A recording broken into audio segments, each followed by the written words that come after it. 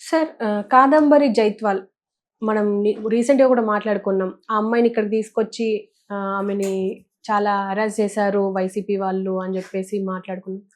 దీనికి సంబంధించి షర్మిల మాట్లాడారు. అంటే జగన్ నీకు ఇద్దరు అమ్మాయిలున్నారు. వాళ్ళకి ఇదే పరిస్థితి ఏర్పడితే ఏం చేస్తావు? ఎందుకు నువ్వు స్పందించడం లేదు అని చెప్పేసి వైఎస్ షర్మిల మాట్లాడారు. దీని గురించి మీరేమంటారు సార్? యాక్చువల్‌గా చాలా లేట్ షర్మిల.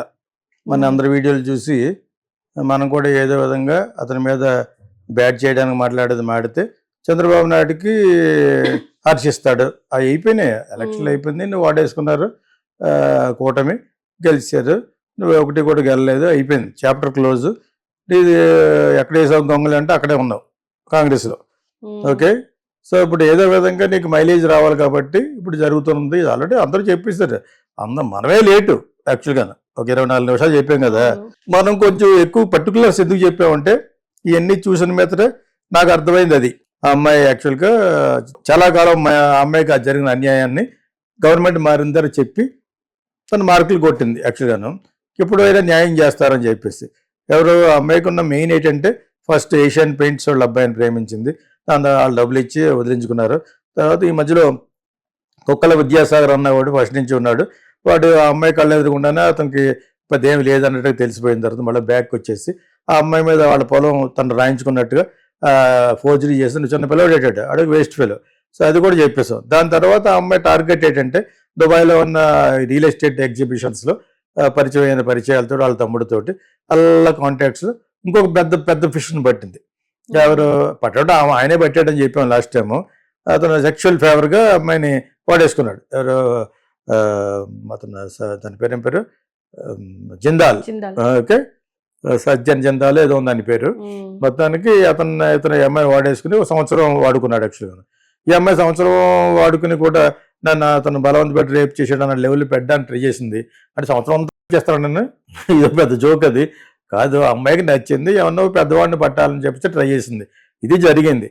కాకపోతే అతను సజ్జల జెండాలకి జెండా జగన్ ఫేవర్ చేయమని అడిగాడు.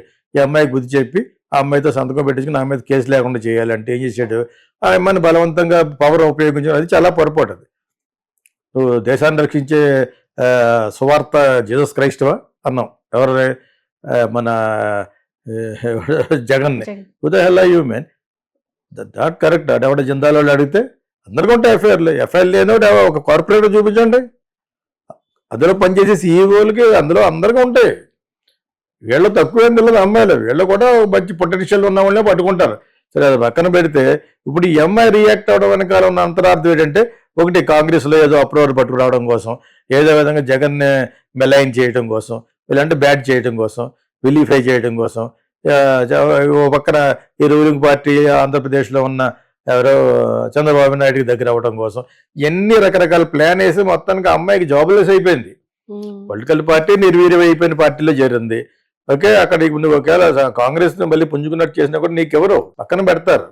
దో your doctor of Rajasekhar Reddy, నువ్వు నీ యొక్క స్టెప్స్ కరెక్ట్ లేవు. ఎక్కడికి వచ్చి తెలంగాణ డాక్టర్ అన్నావు, ఫస్ట్లో తెలంగాణ డాక్టర్లో అన్నావు, రేవంత్ రెడ్డి వాళ్ళు గంటేశారు. చదివితే నేను కాంగ్రెస్కి వెళ్తాను, అక్కడికి వెళ్తాను అంది. ఓకే, అక్కడికి వెళ్తే నేను వస్తానులే మాట్లాడడం అని చెప్పేసి మనవాడు రేవంత్ రెడ్డి వస్తే వేస్తాడు బొంగు. Revanth Reddy is only in Telangana, అక్కడేం చేస్తారు నీకు? ఏ మాట మాట్లాడుకుంటే what are you in Andhra Pradesh today?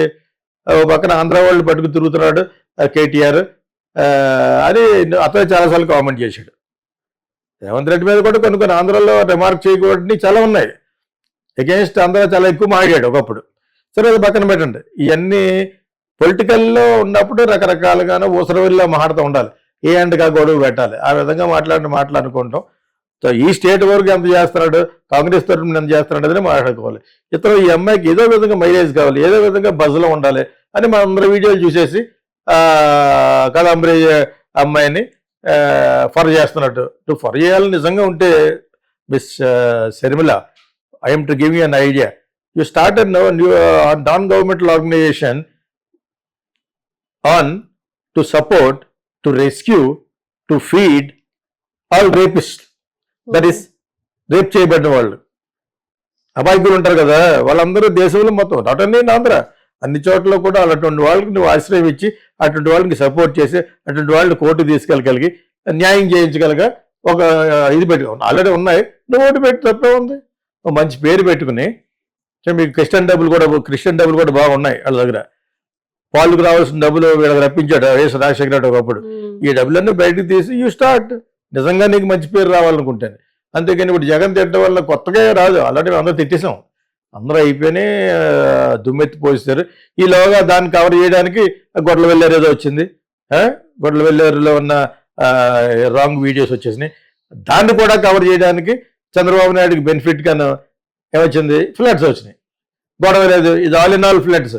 పేరు, డబ్బు, దోచుకోవడానికి నిధులు అన్నీ వస్తాయి. ఇప్పుడు ఒక పొలిటీషియన్ ఏం చేస్తాడు, అతని మీద వచ్చిన కేసుని డైవర్ట్ చేయడం కోసం ఇంకో కేసుని పెడతారనమాట. ఇంకోటి పట్టుకొస్తారు, మర్చిపోయి కొన్ని ఉన్నాయి రిజర్వేషన్స్. ఇటు జగన్కి బ్యాడ్ జరిగి అతనికి బ్యాడ్ జరిగినట్టు అనుకున్నట్టుగానే అన్ని జరిగినాయి. గొడ్ల వెల్లేరు వచ్చే మధ్యలో కొంత కవర్ చేసింది, చాలా డైవర్షన్ అయ్యారు. ఈలాగా నిజంగా ప్రకృతి విలయతానం చేసి అతనికి బెనిఫిట్ చేసినాయి. బోల్డ్ అంత పబ్లిసిటీ వస్తుంది ఇప్పుడు సీఎం గాను, బోల్డ్ అంత పబ్లిసిటీ, ఇంకా బోల్డ్ అంత ఫండ్స్ గిన్స్. ఒక డిజాస్టర్ వచ్చిందంటే వాటికి ఫండ్గా అక్కడ ఎవరో any chief minister of any state. Okay, ఇప్పుడు కొంచెం సెంటర్ కూడా సపోర్ట్లో ఉంది కాబట్టి ఈ టైంలో చేయకపోతే మీ పేరు పోద్దని చెప్పేసి మోడీకి చెప్పించే వాళ్ళతో చెప్పించితే ఆయన కూడా ముందు ఆలోచించుకుంటాడు అనమాట. అతను ఆల్రెడీ ఫేస్ చేస్తున్నాడు. ప్రతిదానికి మోడీ గ్యారంటీ అన్నాడట, దుమ్మెత్తేస్తారు అతను. ప్రపంచవ్యాప్తంగా నొక్కే ఉంటే రీలు నిర్మలా సీతారామన్, ఎవరో అమిత్ షా, మోడీ గారు కూర్చుని ఉంటారన్నమాట. ఆ మీటింగ్ బట్టి ఎదుర గ్రాఫిక్స్ చేశారు. ఒకటి మామూలు కాన్ఫరెన్స్ హాల్లో టీవీ ఉంటుంది కదా, కాన్ఫరెన్స్ హాల్లో టీవీ ఉంటుంది, టీవీలో మాట్లాడుతూ ఉంటారు. వీళ్ళందరూ కూర్చున్నారు ఎక్కడో బట్టి, అందులో నేను చూసి ఒక 70-80 ఉంటాయి కామెడీ అనమాట. ఆ కామెడీ చేస్తున్నప్పుడు నిర్మలా సీతారామన్, అమిత్ షా ఫేస్లు వేస్తున్నారు కోల్డ్ షాట్లు, అంటే వీళ్ళని పోసేస్తున్నారు అనమాట.